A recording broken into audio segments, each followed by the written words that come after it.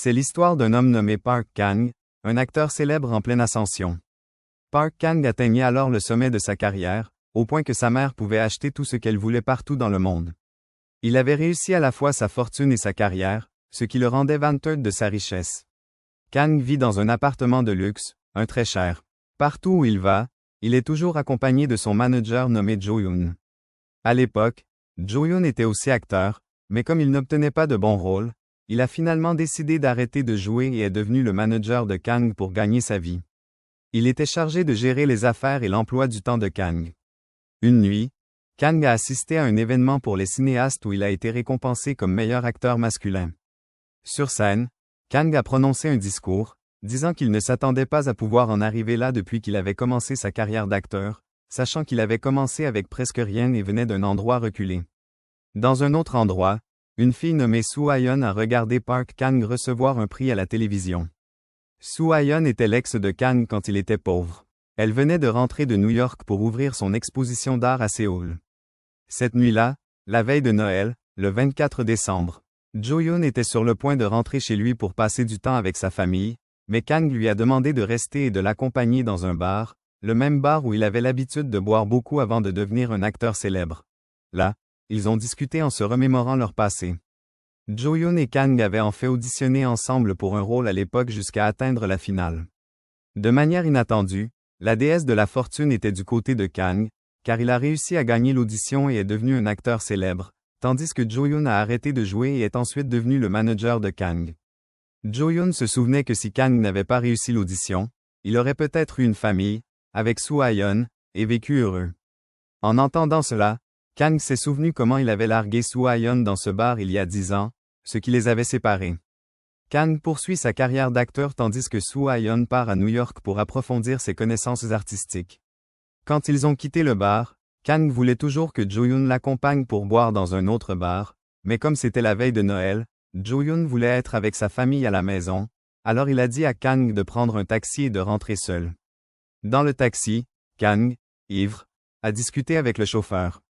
Ce chauffeur s'est senti chanceux d'avoir un acteur aussi célèbre comme passager la veille de Noël. Le chauffeur a supposé que Kang devait vivre son rêve et qu'il devait être heureux d'avoir tout ce qu'un homme pouvait désirer, mais Kang a répondu que le chauffeur ne savait pas ce qu'il ressentait. Le chauffeur a alors répondu qu'être riche et célèbre n'était pas une garantie de bonheur et de contentement dans ce monde. Soudain, comme si le chauffeur savait ce qu'il y avait dans le cœur de Kang, il a posé une question qui n'avait pas de sens. Il a demandé ce que ferait Kang s'il avait la chance de changer le passé. Le conducteur savait même que Kang envisageait de changer le passé lorsqu'il a rompu avec Soo Ha-yeon et a dit qu'il pouvait aider à transformer cette pensée en réalité. Le lendemain matin, Kang s'est réveillé sur le parquet d'une modeste maison. Il était complètement confus de se retrouver dans un endroit qu'il ne connaissait pas et de voir 2 enfants devant lui, l'appelant père. Il fut encore plus choqué de voir un personnage qu'il connaissait si bien. L'amour perdu de sa vie, Soo Ha-yeon et sa femme. On a expliqué à Kang qu'il était dans sa propre maison et que les 2 enfants étaient ses enfants. Soo Ha-yeon pensait également que Kang n'était pas encore dégrisé de son ivresse parce qu'il avait trop bu la nuit dernière. Kang n'avait toujours pas compris ce qui lui était arrivé ce matin-là. Il a essayé de contacter Jo-yoon mais il n'a pas pu être contacté. Kang a décidé de retourner à son appartement. Il est entré négligemment à l'intérieur et a confondu l'agent de sécurité car il n'était pas reconnu comme l'un des résidents. Kang est monté nonchalamment au dernier étage et a essayé la combinaison pour ouvrir la serrure de la porte, mais d'une manière ou d'une autre, cela n'a pas fonctionné. Il fut surpris de voir quelqu'un ouvrir la porte de son appartement. Il pensait qu'un voleur était entré par effraction dans son appartement. Il y est ensuite entré par effraction et a fait du chahut. Les gardes de sécurité ont donc dû le sécuriser. L'atmosphère est devenue chaotique car le propriétaire de l'appartement pensait que Kang était l'amant de sa femme. Kang a essayé d'expliquer qu'il est un acteur célèbre même si personne ne le connaissait. Peu de temps après, Kang s'est retrouvé au poste de police. Il était en colère et confus. La police a expliqué que l'appartement n'était pas le sien, comme indiqué dans la base de données. Kang a été laissé sous le choc de trouver tout ce qu'il avait, perdu en une seule nuit. Kang était encore plus embarrassé quand Soo Ha-yeon est venu le chercher. Soo Ha-yeon a dit qu'elle était la femme de Kang, mais Kang a dit qu'elle n'était pas sa femme. Bien sûr, Soo Ha-yeon était en colère et pensait que Kang demandait le divorce. La police l'a calmé et lui a dit que Kang semblait un peu confus parce qu'il avait prétendu être un acteur. Les 2 sont ensuite rentrés chez eux. Kang se demandait toujours s'il était vrai qu'il avait épousé Soo-Ayeon. Irrité par son mari qui lui posait des questions sur leur relation encore et encore, Soo-Ayeon a une fois de plus donné une gifle à Kang pour le réveiller. À ce moment-là, Kang a vu passer un taxi. Il s'est ensuite souvenu de l'incident de cette nuit-là. Après avoir bu avec Jo-yoon, il a pris un taxi et a parlé au chauffeur. Après cela, il s'est retrouvé là-bas. Quand il est arrivé à la maison, Soo-Ayeon le réprimanda de nouveau pour avoir dit des bêtises. Kang a ensuite fait la connaissance de sa fille, Rovi. Il lui a dit qu'il avait perdu la mémoire. Il ne se souvenait pas de sa vie avec eux. À ce moment-là, Soo-Ayeon a dit qu'il allait voir ses amis après son cours d'art, alors il a dit à Kang de s'occuper des enfants. Bien sûr, Kang ne voulait pas et a dit à Soo-Ayeon d'embaucher une babysitter à la place. En écoutant cela, Soo-Ayeon pensa que Kang était toujours ivre. De plus, le loyer de la maison n'était pas encore payé, alors Soo-Ayeon a dit à Kang d'arrêter de boire et de l'aider à payer les factures. Kang voulait toujours trouver des réponses sur le chauffeur de taxi d'hier, alors Kang a emmené les enfants avec lui pour trouver la réponse. Il s'est ensuite rendu à la compagnie de taxi pour lui poser des questions sur le taxi qu'il avait pris la veille de Noël, mais malheureusement, après avoir expliqué au personnel les caractéristiques du taxi, le personnel lui a dit qu'il n'y avait pas de taxi qui ressemblait à cette caractéristique. Pour obtenir des informations sur sa nouvelle vie, Kang a demandé certaines choses à ses enfants jumeaux. Rovi a dit que Kang était un acteur mais qu'il n'était pas célèbre. Roa a ensuite montré à Kang qui participait à une émission de télévision. Kang a été surpris de se voir jouer un rôle de caméo là-bas. La nuit, Soo-Ayeon a dit à Kang de lui raconter ce qui s'était passé ce matin lorsqu'il avait interrompu l'appartement de quelqu'un. Kang a ensuite expliqué qu'il venait en fait d'un monde différent après avoir pris un taxi étrange la nuit dernière. La vie qu'il avait avec Soo-Ayeon était une vie qu'il n'avait pas choisie, et le chauffeur de taxi l'a donnée à Kang pour que Kang finisse comme maintenant. Soo-Ayeon pensait clairement que ce que Kang disait n'était que des absurdités. Quand Kang était sur le point de suinter, il ne se sentait pas à l'aise de dormir avec Soo-Ayeon après ce qui lui était arrivé et elle dans sa réalité. Après avoir dormi tout seul tout le temps, il finissait maintenant par dormir avec celle qu'il aimait. Sa journée avec sa nouvelle famille, la famille qu'il n'aurait jamais pensé avoir, a finalement commencé. Ils devaient dormir ensemble, manger ensemble, s'occuper de ses enfants jumeaux et devait être une figure paternelle et un mari à la maison. Kang n'avait pas de lien émotionnel avec les jumeaux et il ne pouvait toujours pas s'adapter à sa nouvelle vie. C'est une vie répétitive et ennuyeuse pour lui une nuit. Soo-Ayeon a rappelé à Kang qu'il avait un emploi du temps de tournage avec Mystic TV pour un film. Mystic TV était une chaîne de télévision avec de faibles codes d'écoute et de mauvais films. Même s'il avait de bons résultats et que sa famille était fière de lui, il pensait toujours que la chaîne était une ordure.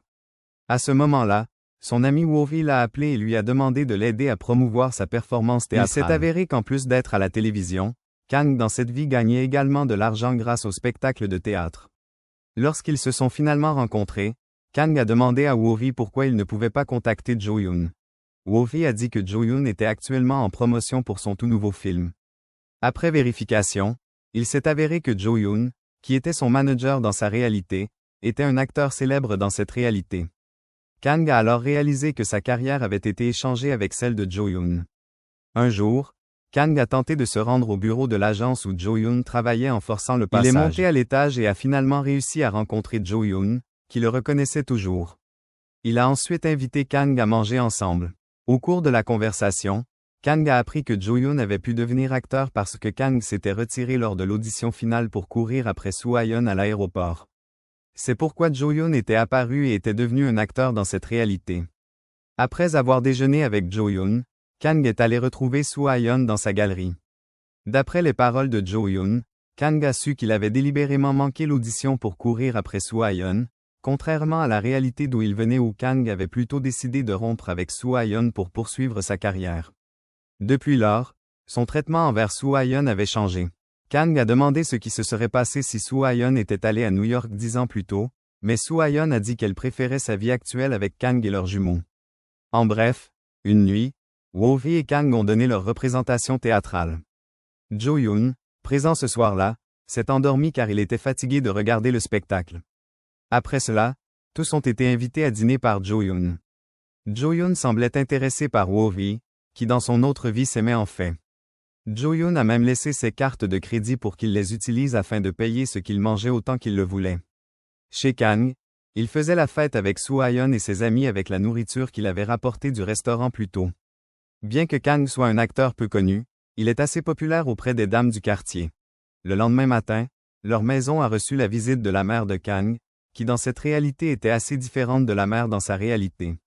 Sa mère était difficile, surtout après avoir découvert que Kang avait démissionné de son emploi actuel. Après avoir rendu visite à Kang et à ses petits-enfants, Kang l'a ensuite emmenée au terminal pour rentrer chez elle. Elle a prié pour que son fils puisse obtenir un bon rôle comme Jo-yoon et lui a donné de l'argent. Elle lui a ordonné de soigner sa famille et d'acheter des fleurs pour la tombe de son père. Sa demande a été immédiatement exécutée par Kang, mais comme d'habitude, Kang ne voulait pas aller sur la tombe de son père car il s'est avéré que Kang avait de mauvais souvenirs de son père, donc il n'a jamais voulu venir sur la tombe de son père. À un autre moment, Kang est allé passer une audition. Son jeu était en fait correct, mais comme l'auditeur savait que Kang était le meilleur ami de Jo-yoon et qu'il passait souvent du temps avec lui, ils ont plutôt demandé à Kang de persuader Jo-yoon de jouer dans son film. Il a ensuite rencontré Jo-yoon et lui en a parlé. Jo-yoon a été surpris d'apprendre que, de plus, le fait était qu'il n'avait délibérément pas passé l'audition parce qu'il voulait que Kang obtienne le rôle afin de pouvoir gagner de l'argent pour sa famille. Jo-yoon comprend que Kang ne pouvait pas passer son temps à passer des auditions après audition, et parce que Jo-yoon avait besoin de quelqu'un en qui il avait confiance pour travailler pour lui, il a décidé de proposer à Kang un poste de manager. Kang a refusé l'offre parce qu'il sentait que sa vie avait complètement changé et qu'il était déçu de ce qu'il avait. Le lendemain, Kang a eu du mal à contacter Soo Ha-yeon. Il a également trouvé une annonce selon laquelle elle n'accepterait plus de cours dans sa galerie. Un autre problème est survenu lorsque lui et ses jumeaux jouaient dans la cour de récréation. Son action à cheval a même été saluée par le réalisateur, alors que Jo-yoon, l'acteur principal, ne pouvait monter un cheval qu'avec des accessoires de tournage. Contrairement à sa vie respective, cette fois, Kang a fait son travail d'acteur avec totalité et professionnalisme, même sa famille à la maison a été étonnée par sa performance. Kang a également commencé à apprécier sa vie de chef de famille. Il aime sa famille plus qu'avant. Sa vie était bien meilleure qu'avant. Il pouvait manger confortablement et payer ses factures à temps car son revenu était déjà stable, mais apparemment, cela l'a changé et a attiré l'attention de Soo Ha-yeon, surtout quand Kang les a emmenés à l'appartement de Jo-yoon que Jo-yoon leur avait prêté pour vivre. Soo Ha-yeon n'était pas d'accord avec le plan. Elle pensait que l'argent avait complètement changé Kang. Kang voulait oublier et quitter leur petite maison où ils avaient tout commencé, laissant beaucoup de souvenirs avec les jumeaux. Elle ne voulait pas perdre cela en déménageant dans cet appartement. D'un autre côté, Kang voulait juste donner le meilleur à sa femme et à ses enfants, mais malheureusement, Kang pensait toujours comme lui dans sa vie précédente. Pour Soo Ha-yeon, ce qu'ils avaient n'était pas la chose la plus importante. À cause de cela, ils ont commencé à se disputer. La nuit, Kang, qui ne pouvait pas dormir, est allé dans la chambre de ses enfants. Il a réalisé que dans sa vie actuelle, le luxe n'était pas quelque chose qui devait être poursuivi. Kang a immédiatement appris de ses erreurs de sa vie passée, que malgré le fait d'être loin d'une vie luxueuse, cette condition le rend heureux, au lieu d'être riche tout en vivant seul sans famille. Les jours, les semaines et les mois passèrent, et Kang réussit à passer à autre chose et à oublier son ancienne vie. Il a même réussi à terminer son rôle dans le drame qu'il a joué avec Jo-yoon de manière impressionnante. Kang avait également de nombreux fans et même le réalisateur a loué sa bonne performance jusqu'à présent. Le réalisateur a également déclaré que Jo-yoon et Kang devraient plutôt échanger leur position, car Jo-yoon est plus apte à être un manager que Kang. Kang a également eu une séance d'interview spéciale qui a catapulté son nom d'acteur supplémentaire à manager, et de manager à acteur professionnel. Son exploit a également rendu sa famille heureuse, mais malgré cela, Kang travaillait toujours comme manager pour Jo-yoon. Lorsque Jo-yoon a reçu le prix du meilleur acteur, il a étonnamment remercié Kang pour son soutien, car sans lui, il ne pourrait pas y parvenir sans sa grâce. Jo-yoon a également déclaré que Kang était un meilleur acteur que lui. Pour célébrer le prix, Jo-yoon a demandé à Kang de boire au bar. Il a dit à Kang qu'il y avait un rôle vacant pour le prochain drame mais que le tournage s'était déroulé à l'étranger pendant 3 mois. Kang a refusé l'offre parce qu'il ne voulait pas quitter sa famille aussi longtemps. Kang a préféré trouver un autre emploi. À ce moment-là, Jo-yoon a finalement déclaré qu'il était tombé amoureux de Woo-hee, la fille garçon manqué. Il enviait de voir Kang vivre avec sa famille. Jo-yoon a même volontairement échangé sa vie avec Kang. Quand ils eurent fini, Woo-hee récupéra Jo-yoon tandis que Kang choisit de partir en taxi. Cette nuit-là, c'était la veille de Noël, comme il y a un an, lorsque la vie de Kang a basculé. Lorsqu'il est entré dans le taxi, le chauffeur lui a alors rappelé qu'il ne restait que peu de temps et que Kang retournerait à sa vie d'origine. Ces mots lui ont soudainement rappelé sa vie passée, mais Kang ne voulait pas y retourner et voulait rester. Malheureusement, il ne le pouvait pas. Il devait retourner à sa réalité le moment venu. Kang était en colère parce que le conducteur était en train d'arranger sa vie quand soudain, la voiture s'est arrêtée. C'est à ce moment-là que Kang a découvert que le conducteur était son père malade. Son père lui a dit qu'il regrettait de ne pas passer de temps avec Kang parce qu'il était trop concentré sur son travail. Ce moment est devenu émouvant car, en fait, Kang n'a jamais parlé à son père, jusqu'au jour de la mort de son père. Kang est ensuite rentré chez lui. Il a immédiatement serré ses enfants dans ses bras. La nuit, il les endormait tout en regardant leur visage innocent car il savait que le lendemain matin, il ne pourrait plus les revoir. Après cela, Soo-Hyun a montré la photo de Kang avec son père alors qu'il n'était qu'un enfant. Leur relation n'était pas spéciale, mais l'incident dans le taxi avait changé la vision de Kang sur la valeur du temps passé en famille. Il a terminé sa dernière journée en couchant avec sa femme tout en essayant de laisser passer ce doux moment qu'il vient de réaliser. Le lendemain matin, Kang s'est réveillé dans son luxueux appartement, se sentant triste après que toute la belle vie qu'il avait lui a été retirée. Au même moment, Jo-Yoon est apparu. Kang a ensuite posé des questions sur Soo-Hyun qui organisait une exposition dans la ville. Jo-Yoon a confirmé et fourni des informations selon lesquelles c'était aujourd'hui le dernier jour de l'exposition. Kang fut surpris d'entendre cela. Il pensait au départ que le temps s'était écoulé depuis 1 an, mais il s'est avéré que dans sa vraie vie, un seul jour s'était écoulé. Avant de partir, Kang a dit à Jo-Yoon de postuler pour une autre audition et qu'il paierait pour cela. Kang est allé chercher le lieu d'exposition. Quand il est arrivé, il a paniqué parce que l'événement était terminé et que le personnel y emballait les tableaux, mais Kang a été surpris lorsqu'il a vu un tableau qu'il a reconnu. Un tableau avec une image de la maison dans laquelle il vivait dans son rêve. Soo-Hyun est soudainement apparue. Elle a demandé pourquoi il était là. Sans aucune hésitation, Kang a demandé comment Soo-Hyun avait imaginé ce tableau. Kang a ensuite emmené Soo-Hyun à un endroit où la même maison sur le tableau de Soo-Hyun a été vue. Kang a finalement réalisé que même si c'était un rêve, c'était le moment le plus heureux de sa vie. 2 ans se sont écoulés et Kang a finalement épousé Soo-Hyun. Ils ont également eu des enfants jumeaux qu'ils ont nommés Rovi et Roa, mais différents de celui qu'il avait dans son rêve. Cette fois, il traverserait sa vie avec Soo-Hyun depuis le début.